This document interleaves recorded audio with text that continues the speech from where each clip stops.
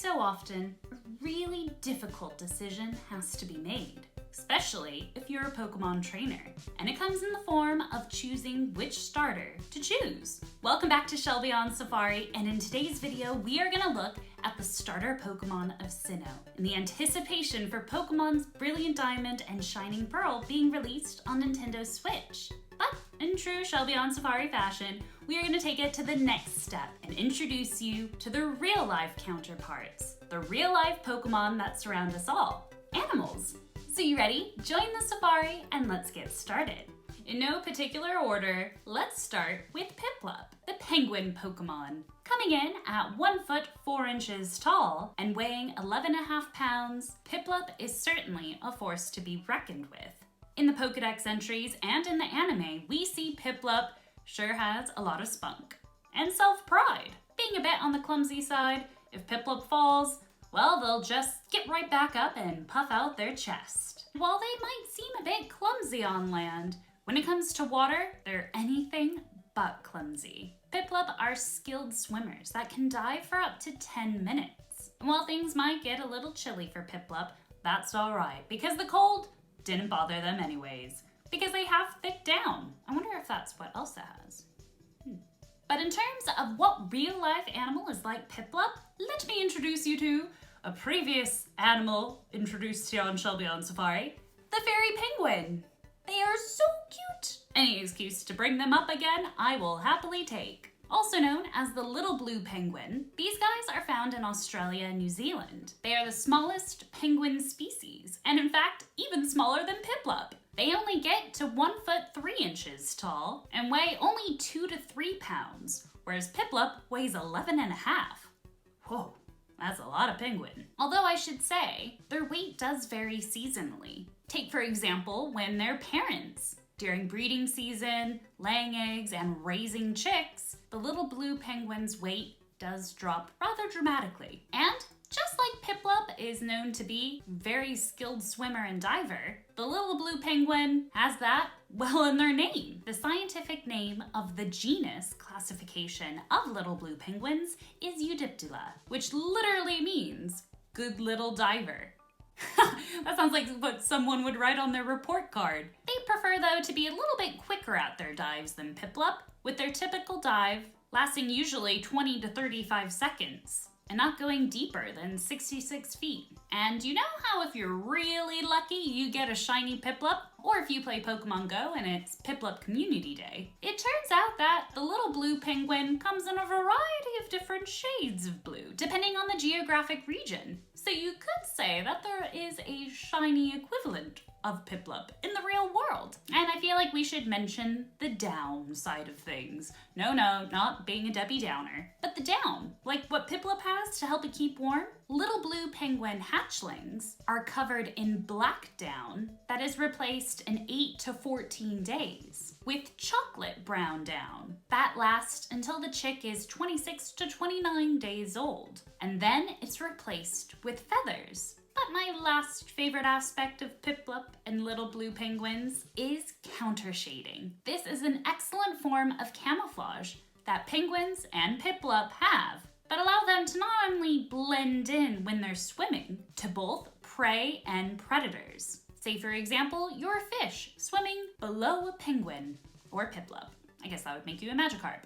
And you look up, chances are you might not see the penguin above you because they're lighter colored on the bottom.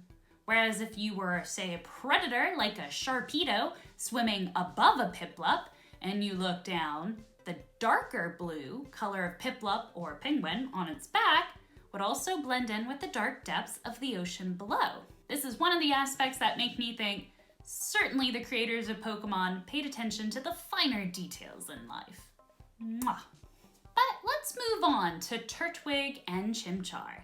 So for the next Sinnoh starter that you can choose in either Pokemon Brilliant Diamond or Shining Pearl, let's look at the tiny leaf Pokemon, aka Turtwig. Turtwig too is 1 foot 4 inches tall and weighs 22.5 pounds, so a bit heftier than Piplup. Turtwig's shell is actually made of earth, which gives us a vital hint as to the importance of sun and water to this Pokemon, for they rely heavily on water to help keep its little tiny plant nice and healthy.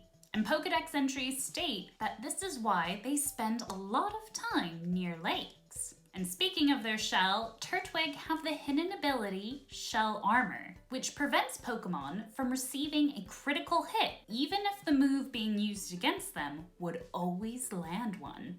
That can come in quite handy. But looking at Turtwig, it made me think of a real-life Pokemon that I have literally with me all the time. Well, at least I wish I could bring him to work, because that would be really cool.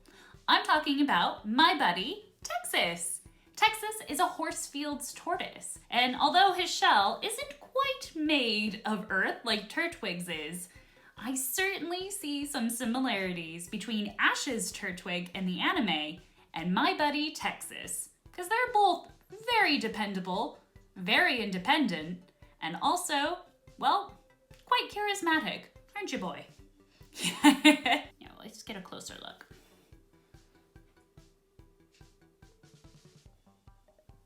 Say cheese, Texas. He's like, dude, I want some of my pepper and dandelion and carrot.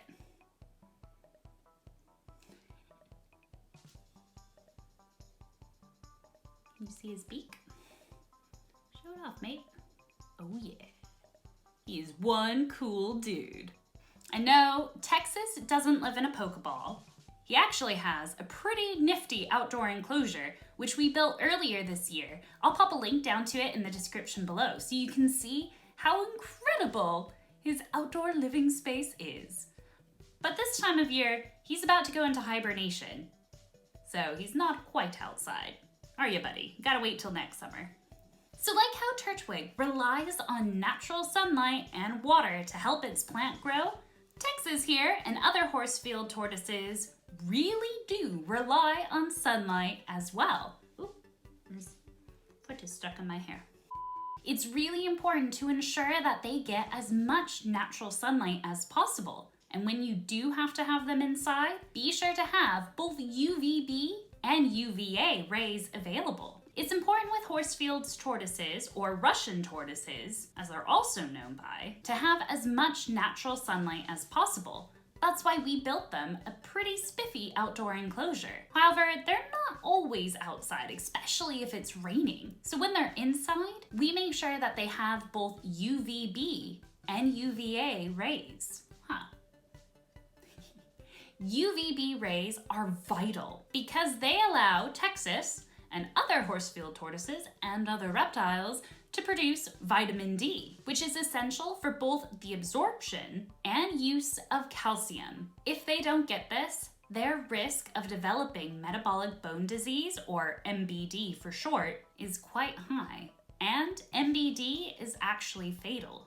So please, please, please take extra precaution if you are currently looking after some friends like Texas, or considering to in the future, to make sure you can supply them with both UVB and UVA rays. And like how Turtwig has a plant on its head, quite literally, I'd like to think Texas and friends, well, they certainly are plant heads as well, but in a different sense. They are naturally herbivores and can browse on up to 200 different species of plants. Whew, that's a lot of variety in one's diet. Conveniently for us, since we have a garden, a lot of these plants that they like to eat are actually considered to be weeds. So therefore, Texas is quite the help in the garden. And again, considering the importance of calcium, we often supplement with calcium powder on some of his salads as well, just to make sure he's getting enough. And while the sunlight is certainly important, remember Turtwig was also quite reliant upon the water as well. Texas gets a bath at least once a week. This is to ensure that they get adequate hydration and also helps them go to the bathroom. The more you know.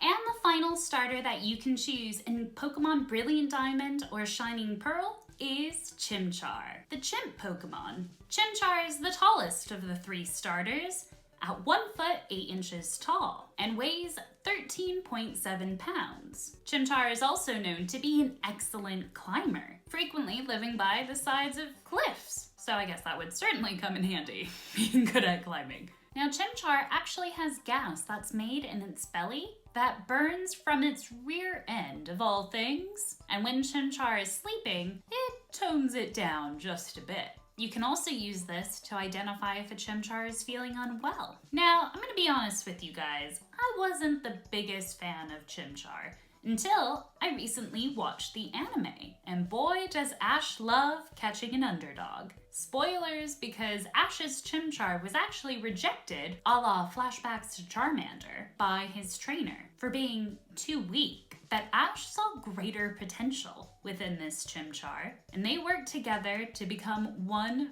fierce team. But what I liked about the anime is that they showed a very different side of Chimchar, and one that reminds me of the real-life Chimchars of our world, chimpanzees. Specifically, the common chimpanzee, of which there are actually 3 subspecies, but we won't get into that today. Now get this, humans and chimpanzees share 95 to 98% of the same DNA. So that means, biologically speaking, chimpanzees happen to be closer related to us than gorillas. I wonder if that holds true of Chimchar being more closely related to humans than, say, Grookey. Now, Chimchar and chimpanzees both have a fiery attitude, some quite literally and some more figuratively. For when chimpanzees are angry or frightened, their hair stands on end, which makes me think of the fiery kind of spikes of Chimchar. More importantly, in the anime with both Chimchar and Infernape, but also in terms of their displaying behavior. In the anime, we see Ash's Chimchar, well, get quite frustrated sometimes and seem to throw a temper tantrum. Turns out chimpanzees do this as well, but scientists give it a nicer name of a display rather than a tantrum, although it is quite hard to differentiate between the two. For when a male chimp displays, his hair too stands on end so they look bigger, they scream, they stomp, they have quite the outrage. Which makes me quite chuffed then that they decided to make Chimchar a fire type because of the expression of fiery temper. But they're not all scary all the time. So remember how I said Chimchar's rear end, the little fire can go out when they're sleeping? Well, it turns out chimpanzees, they have something similar, at least when they're infants. For infant chimps have a white little tail fluff that disappears when they get older. Isn't that cute? Guess the big question is now, which one are you going to choose? And also, which one do you think I'm gonna go for? Is it Piplup, who's like the fairy blue penguin? Turtwig, who's like my buddy Texas, the Russian tortoise? Or Chimchar, who's like a chimpanzee? Let me know down in the comments below. And after you do, be sure to head on to the video right here on Turtwig, where you can see my friend Grace and I have a blast discussing this adorable Pokemon, but also Grace giving us a Turtwig-inspired makeover. Go on, click it. I'll see you over there. Thanks so much for watching, and I'll see you in that video.